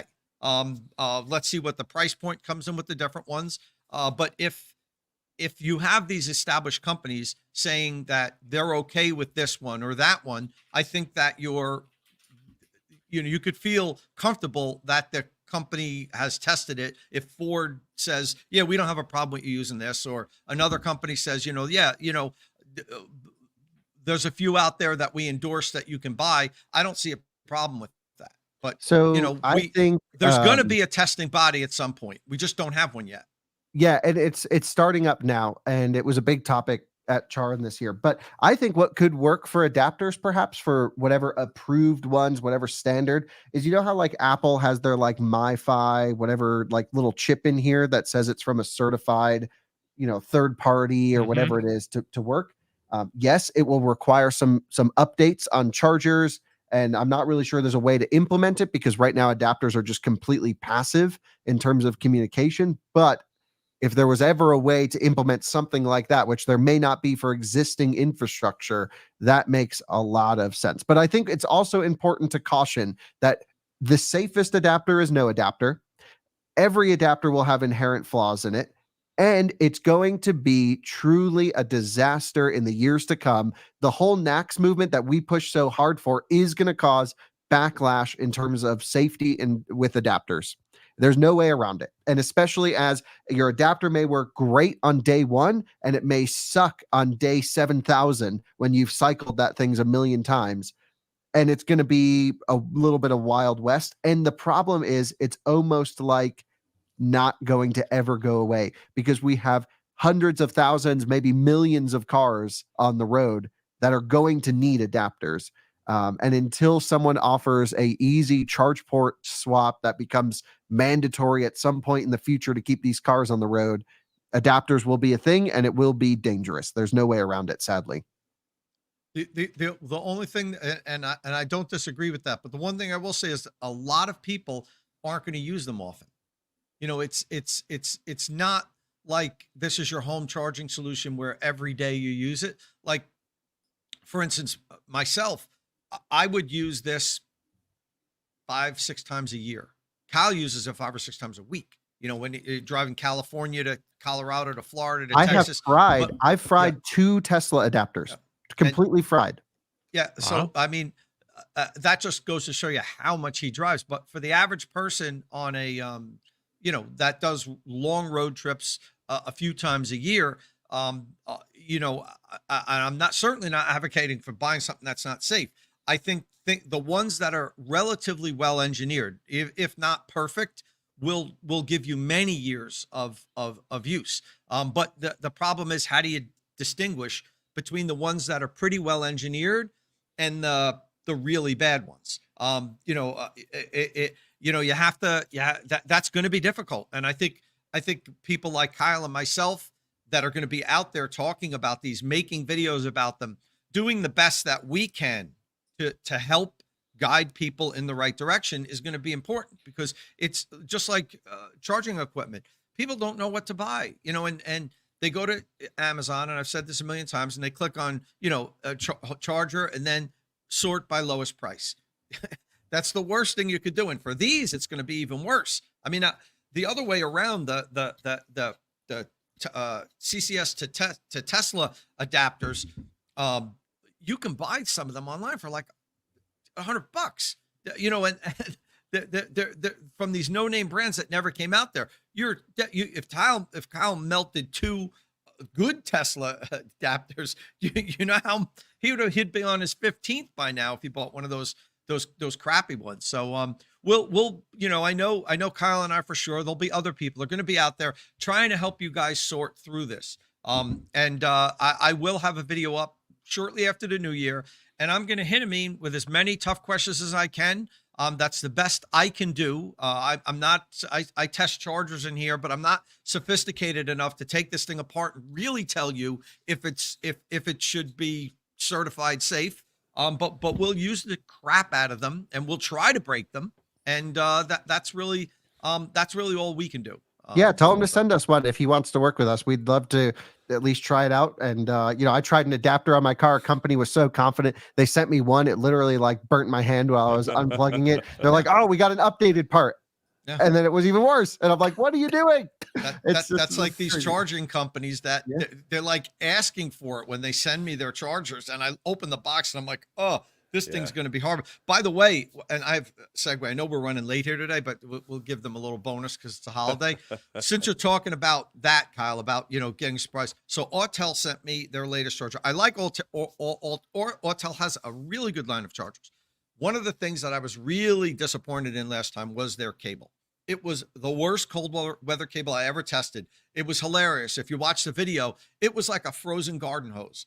I could hold it and it would just stand straight out, the cable. So they have this new cable and they said it's going to be better. Like, Tom, as soon as we saw your video, we immediately, the board, back in, I think they're based in China, was like, we have to improve this. Let's make them. So as soon as we have a new cable, we're going to get you a unit. So they got the new cable. They sent me, it's been in my garage for a couple of months because I'm so backed up with these reviews. So I finally get to review it. So I'm in the middle of the review. That's going to come out next week. Right now it's sitting in the freezer over here. And I'm going to do the cold weather cable test right after the show here today. But before I even put it in there, I'm bending it and I heat it up and then I cool it down and I sat it outside because it's cold here now. And I'm like, this doesn't seem better. It might seem worse. So I'm so anxious after this show to get that thing out of the freezer and see how it tests because I don't think they made an improvement. I hope I'm surprised. I haven't, since I sat it in there, it's been more than 24 hours. I haven't opened up the freezer or whatever, but just the jacket seemed really stiff. And even at room temperature, when I bent it, I could hear it like cracking. So like, I don't know. I love Autel. They have really good units. It's a recommended unit for me, but I think they didn't solve their cable problem. And it's such an unnecessary miss. Emporia, I complained a little bit about their cable. Now they're using Tesla's cable. The same cable that Tesla uses on the wall connector. It's a great cable. It's thin. It's flexible. Like just stop all this crap. Just buy that cable and you'll have a great unit. If it costs you $3 more, then that's fine. But in any event, I know we're going to be heading out soon. But before we do, I want to mention something. For the holidays, I'm going to give away a Emporia 48 amp charger. For one of the batteries included followers. What I need you to do, and you can choose either CCS or with the new NACS or J3400 connector, your choice. If you want it with the NACS connector, they're not going to ship until February, maybe March. But you can have either one. It's your choice. And this is what you have to do in order to enter.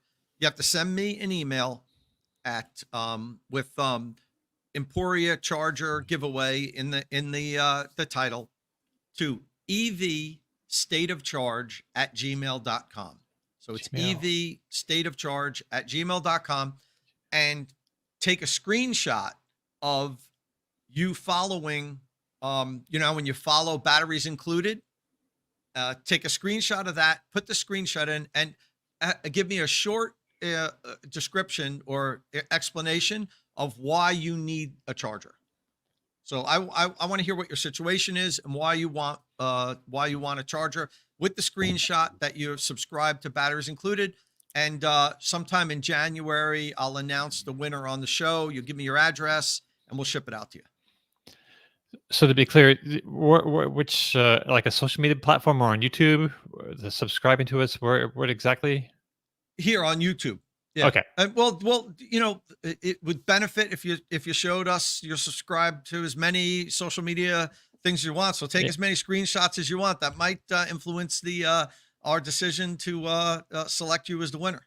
We are on all the social media platforms except Blue Sky and some other one that we're on, Twitter, X, Threads, Spoutable, Post.news. Wow. Well, you don't Yeah. have to go crazy with it, but Right. the major ones, I Right. was initially just talking about here, but if you want here and Twitter and whatever else, that'd be great. But let me know why you need this, why it's important. I don't want to just give it to someone that doesn't need one. Give me a little explanation of your situation and why you want one. Let me know if you want the NACS or the CCS NACS or the J1772 version, and we'll ship one out to you after the new year. Right. So people are joking that I'm going to win because I was taking down that info right away. But I have a charger in my garage, so it's all yours, people. Thank you very much for your generosity there, Tom. Really appreciate that. And yeah, look forward to seeing how that all works out. Okay, before we go, we're called Batteries Included. So I wanted to talk about a battery real quick. So the founder and chairman and CEO of Chinese automaker NIO, William Li, went on a promotional road trip in a NIO ET7. That's the company's large sedan, fitted with a 150 kilowatt hour semi-solid state battery, developed and manufactured by a company called Welion, Welion. Averaging about 52 miles an hour. That's 83.9 kilometers per hour. He drove 679 miles. I believe he had like 3% left over when he arrived. Efficiency for the drive was 212.4 watt hours per mile, or 13.2 kilowatt hours per 100 kilometers, which is pretty decent, especially considering the temperature ranged from 28.4 Fahrenheit to 10.4 Fahrenheit. That's -2 to -12 Celsius. Of course, the big deal though is about this battery is the energy density. So it holds 360 watt hours per kilogram, making it the most energy dense cell being mass produced right now. Well, mass produced might be overstating it a little bit, but we'll get to that in a second. So also, despite being prismatic cells, they are using a cell to pack design. So no modules, which keeps the overall weight down. So this pack weighs 575 kilograms. So the energy density at pack level appears to be, with my math at least, 261 watt hours per kilogram. So that is a lot better than the Tesla Model S, which is about the best energy density at the pack level of cars from Western manufacturers at 187 watt hours per kilogram. So the Welion battery pack is about 33% better than our best. So that's a significant improvement. So apparently these batteries are really expensive now, though. So maybe in the neighborhood of like $40,000 for a 150 kilowatt hour pack. So about double the price of a nickel cobalt manganese pack. So NIO is planning on putting them in its battery swapping stations, so drivers can at least try them out for a lot less than it might cost to buy them outright. And Welion is planning on is going to start shipping these batteries to NIO in April, but they only tend to produce about 1,000 of them a year. So this is, Welion is not like a huge Chinese manufacturer.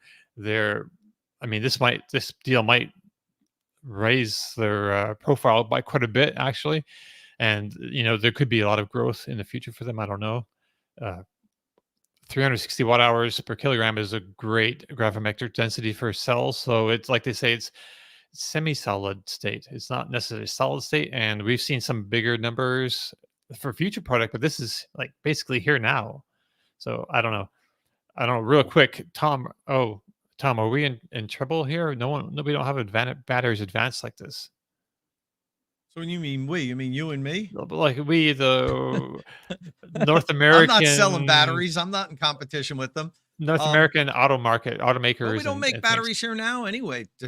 Most of the batteries are coming from China. I know there's some made here, but the cutting edge batteries seem to be coming out of Cadle. And, China, we get, 15 right now. I think 15% of all the auto part imports are from China. They're already an enormous supply to us. Yeah, it's problematic that we don't seem to have real cutting edge battery technology here, considering that the industry is going to be moving to battery electric vehicles, and the battery's the biggest component. So I'd like to see domestic battery production, but the Chinese have recognized that. The Chinese government recognized that there's going to be this huge shift. I think sooner than our government has, and they've been incentivizing and basically funding research in this for maybe a decade now. So of course we're behind. I think we operate differently here with free market and everything than they do in China. But the Chinese government has been funding this research and giving all kind of tax credits and everything, and that's part of the reason why they're so far ahead of us. We've been kind of going back and forth from administration to administration. This latest administration has done something with the Inflation Reduction Act to incentivize production of batteries here. The past administrations haven't been friendly to research in batteries because they prefer to incentivize coal. But I mean, that we're not going to get to where we are. We're in a gunfight. We're fighting with a knife, if that's the way you want to look at it, with comparing U.S. battery technology with China. They've been fully behind this and funding research and development for battery technology for a decade now. And now we've decided, we better make batteries here because that's the future of the automotive world. Well, it doesn't happen overnight. I don't know. It might be too late. We might never catch up with battery tech at this point. So, if the we you mean is the U.S. are in trouble, we're in trouble as far as selling batteries, at least now. That might be an industry that we already seeded. Right. Yeah, but we're going to be making batteries here in the future because we're incentivizing, the minerals and processing, with the IRA Act, like you mentioned. So, I'm just thinking we don't have the tech edge necessarily. We could have some breakthroughs. We are doing. There's a lot of research here into batteries as well. So, and there are some promising, there's some promising technology out there. But really quick, I should also mention, because some commenters are bringing it up in the comments, that Zeekr, which is a Geely brand, also showed off its so-called golden battery this week. It's an LFP pack. They showed it withstanding 1,000-degree fire, super cold temperatures for 8 hours. They ran over it with a 22-ton steamroller. They dropped it from 33 feet, and then they stuck it in the car and drove away. So according to the company, the 800-volt pack can handle peak charging power rates of 500 kilowatts. Maximum power rate is 4.5 C. That's the power. That's a metric of the power output. And 4.5 C is very good. It supposedly can charge 10 to 80% in 15 minutes. So that battery is supposed to go into the Zeekr 007, which launches on the 27th of this month and is reported to be 100 kilowatt hours. So that's pretty impressive. The company also has announced a large charging network expansion in China. It plans to have 10,000 charging points by 2026, up from 2,261 today, as well as a new 800 kilowatt fast charger. It already makes a 600 kilowatt charger as well, right? So the idea is to have 15-minute charging available within 15 minutes of all their customers. So that's that. I don't know if anyone wants to comment on that news at all. That's some fast charging though, Kyle. 600 kilowatts, 800 kilowatts. Can't wait to see the curve. Right? Absolutely. All right. So, and on the NIO thing, we didn't mention it. It's battery swapping as well, which is NIO's thing. So as technology improves, same dimensions, with better technology inside those dimensions. And so for all those that say battery swapping doesn't work, and I agree it works in some places of the world and it doesn't work in others, one of the benefits of having an agreed set of dimensions that now other car makers are going on board with NIO's technology, and so it'll be interchangeable with other brands. As that technology gets better, then you can go on a road trip for the holiday season and pay a little bit extra, get that big 1,000 kilometers range, and then not need to carry around so much range for 50 weeks of the year, and you pay a little bit less on your lease each month if you're leasing the battery. So It's not really a big deal outside of China, as everyone knows, but one of the advantages of technology improving and battery swapping, that's where it can work really well, because over the next 10 years, who knows where it could end up. Right, man, we're right up against our time. I think that brings us to the end of the show. So many things I wanted to share today, um, like this Russian EV is being tested. It looks like, the world has been waiting for this design. I'm showing on the screen here for like a long time, and it looks like it's now finally coming here from Russia, and so we can all rest easy. It's just a thing of beauty. I know I love it. Kyle's already trying to figure out how to order one. That's great. I dug up a whole lot of information about this thing, but it's not really that important. We know that Kyle is creating the Noah's Ark of EVs, and he wants the two of everything in his collection. So we'll get a couple from Russia and stick those in the not the factory, in the warehouse. Yeah, one day, but for now, I think it's fun to do these. Everyone has always been complaining we cover too expensive cars, right? And so we've been doing the cheap cars to try and balance it out. I think that's a great. I love the cheap cars, Kyle. I really do, actually, like, sincerely. So before we go real quick, some news things we didn't mention.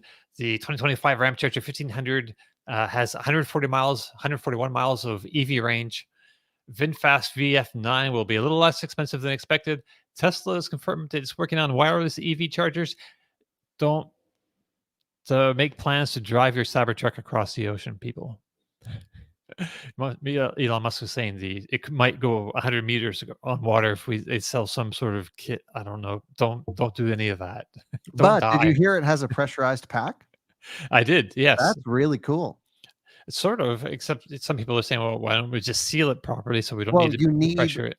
Well, it's mostly for like fire stuff. If there's a thermal runaway, there are pressure relief valves in every battery pack. Okay. And so if you can keep some positive pressure in there from the air compressor, then you're good to go. Right.